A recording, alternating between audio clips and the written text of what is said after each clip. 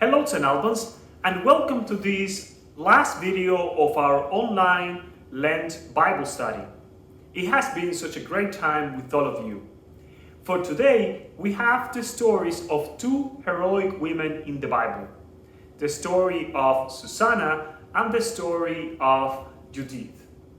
These two women are important because they show us two different ways of living faithfulness.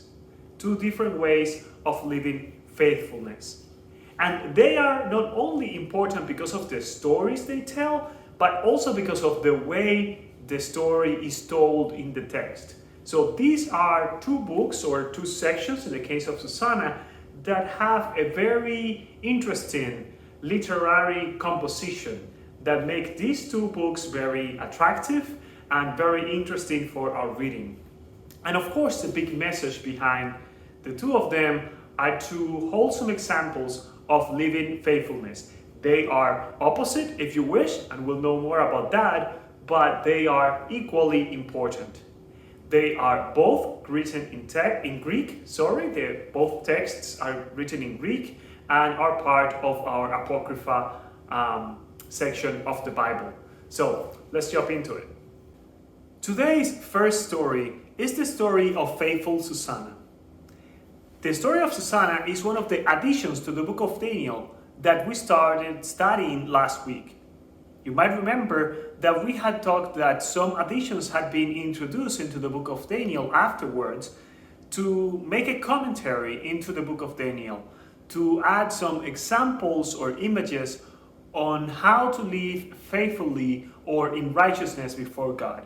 And the story of Susanna is one of these stories in which Daniel is portrayed as a wise man that is an instrument of God in the salvation of Susanna.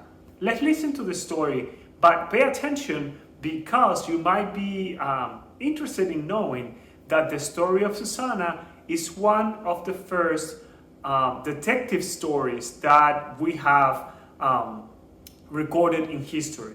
It's a story probably written between the second and first century before Christ, and even though it's very short, it has about 60 or 65 verses.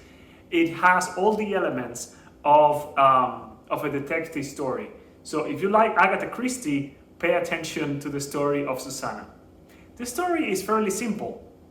She is a beautiful woman named Susanna, married to a man called Joachim, and she attracts the attention of two older men that try to be with her, that harass her constantly. Eventually she refuses, and she says that no, she's going to remain faithful to her husband and to God, and they plot an idea to get her into trouble. So they accuse her of adultery that in those times was punishable by death, and they set up a trial, and she is found guilty of adultery and sentenced to death on the testimony of these two men. She cries to God deeply in her heart so that God might save her, and God listens to her prayer and sends an inspiration to Daniel to stand up and stop this injustice. So Daniel comes in, stops the executioner, and goes back to the trial to interview the two men separately. They go into separate rooms, and Daniel finds that their stories don't align and proves that they are actually the ones making the lie, making the false testimony to incriminate faithful Susanna. So eventually she is declared innocent and lives a beautiful life with her husband, and the two men are the ones being sentenced to death because of their false testimony. The story, of course, it's a bit dramatic in the description, but what it's trying to say is that we are to remain faithful to God even when the powers of society or the powers around us don't understand us. When a person is truly faithful to God, that belief, that experience of life is many times countercultural, is different to the same direction that society is going. And usually when people decide to remain faithful, society is going to react back, it's going to kick back. And we as people of faith need to remain faithful in our purpose and trusting that God, like in the case of Susanna, will listen to our prayers. So the invitation of this simple story is to remain faithful, to know that when we are faithful to God and to His Word, we might get into trouble in society, and when that trouble arrives, don't back down and remain faithful, because God will listen to your prayer and will get you out of trouble, as it did with Daniel in the lion's den, and with the 3 men in the furnace, and also with Susanna in the trial. These are all stories that tell the same concept. God will be with you through the difficult times. Last week we talked of God being with us in the fire. Well, this week God will be with you in the trial. So trust God and remain faithful. Don't back down at the first kickback that society or the world gives you. Remain faithful. On the other hand, we have the story of the book of Judith, which is a story about another beautiful woman, but with a completely different approach to the one we heard in the story of Susanna. It is again another story of faithfulness and righteousness before God, but the story is completely different. It takes a different approach. Literarily, the book of Judith is a very interesting composition. It is clearly a fictional drama. The author actually takes different elements from different historical periods and geographical places and puts them together into a single story. It is clear to the reader that this story cannot be historically accurate, that this is not a recounting of something that really happened, and instead that this story is actually a parable of how to remain faithful. And in the person of Judith, we can see an individual character, you and me or the reader, but also the people of Israel.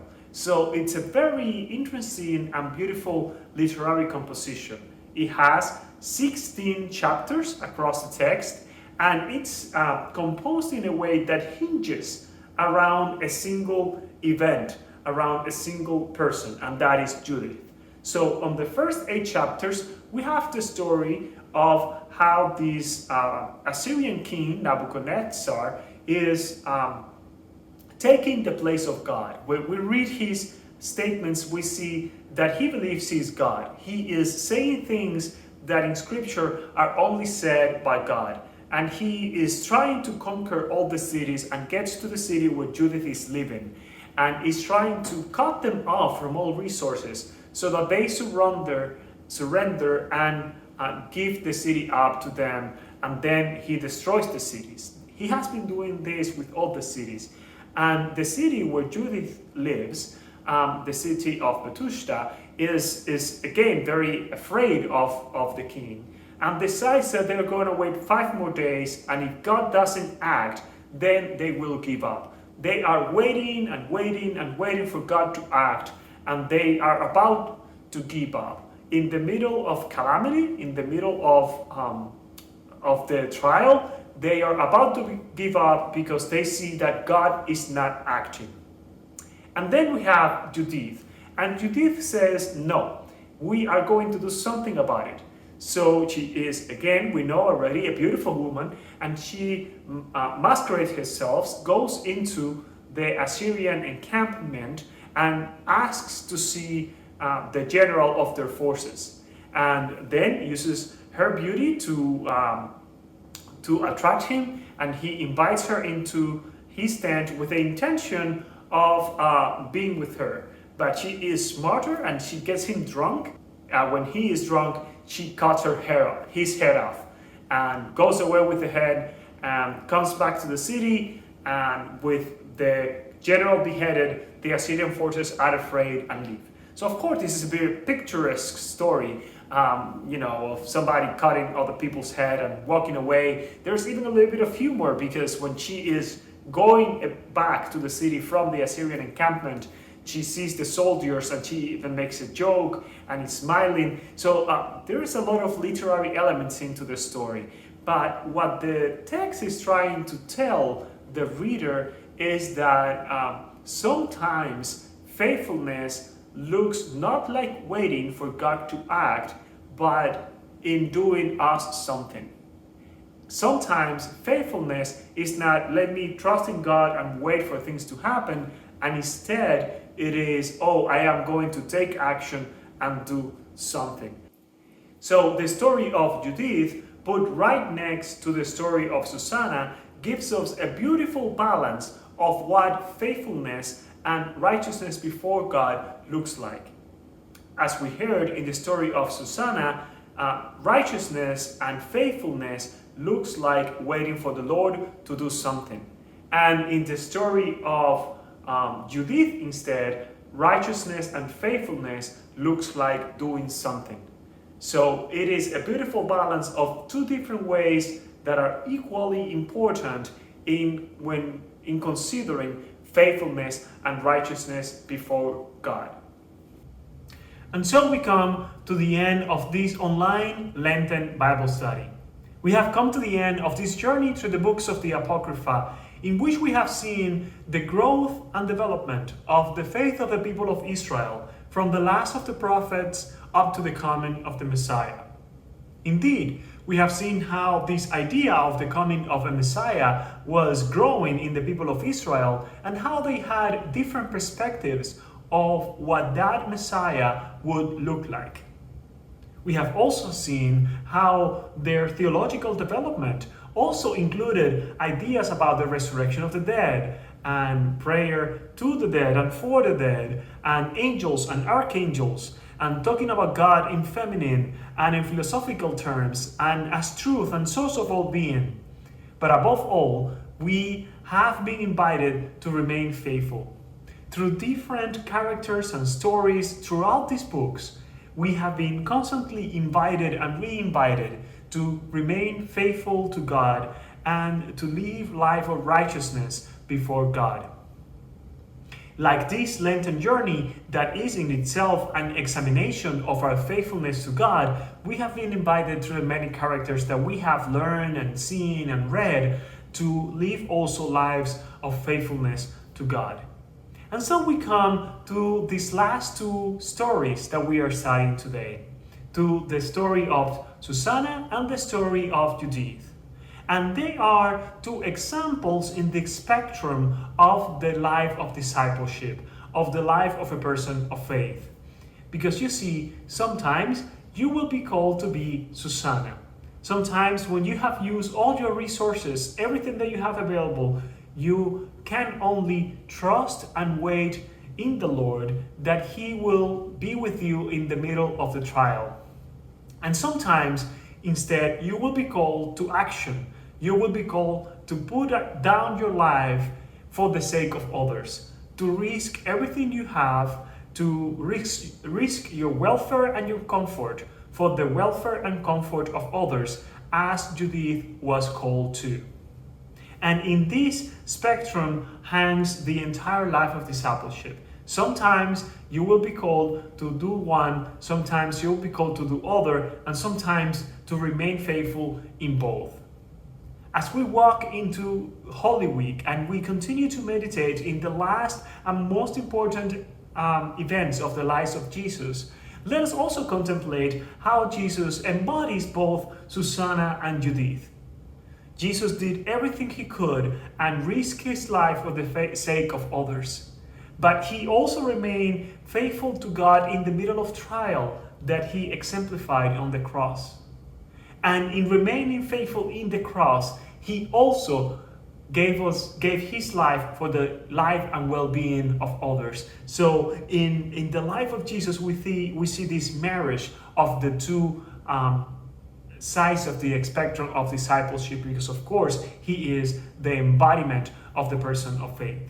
So as we walk into Holy Week and as we walk into all these important elements of our lives of faith, consider Susanna and consider Judith, and consider how you might be called to be each one of them at a different time, and how can you be and embody both of them in your life of faith. I hope that you have had a wonderful time, and we continue journeying together in this adventure that is the life of the gospel. Blessed Holy Week.